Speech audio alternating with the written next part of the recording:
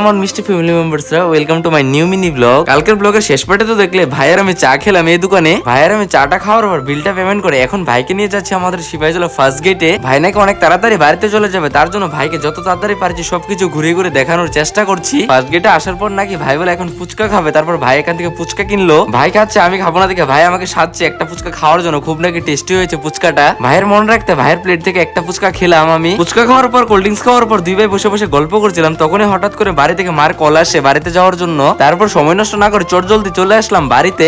আসার পর দুই ভাই মিলে বসে পড়লাম দুপুরে পেট পূজাটা করতে। আর আজকে দুপুরে স্পেশাল মেনু ছিল মার হাতে লাল লাল চিকেন কষা। খাওয়ার পর আমার কথা না, ভাই নিজে বলেছিল জাস্ট অন্য লেভেল হয়েছে খেতে। খাওয়া দাওয়া শেষ করে বেশ কিছুক্ষণ রেস্ট করার পর এখন সময় চলে আসলো ভাই বাড়িতে নাকি চলে যাবে। এখন ভাইও এখন চলে যাচ্ছে বাড়িতে। তো আমিও আজকের মতো মিনি ব্লগটা এখানে শেষ করছি। ব্লগটা ভালো লাগলে চ্যানেলটা সাবস্ক্রাইব করে ব্লগে একটা লাইক করে আর একটা কমেন্ট করে দিও। আরো একটা কথা বলতে তো ভুলে গিয়েছি, আমাকে ইনস্টাগ্রামে ফেসবুকে অবশ্যই ফলো করে নিও।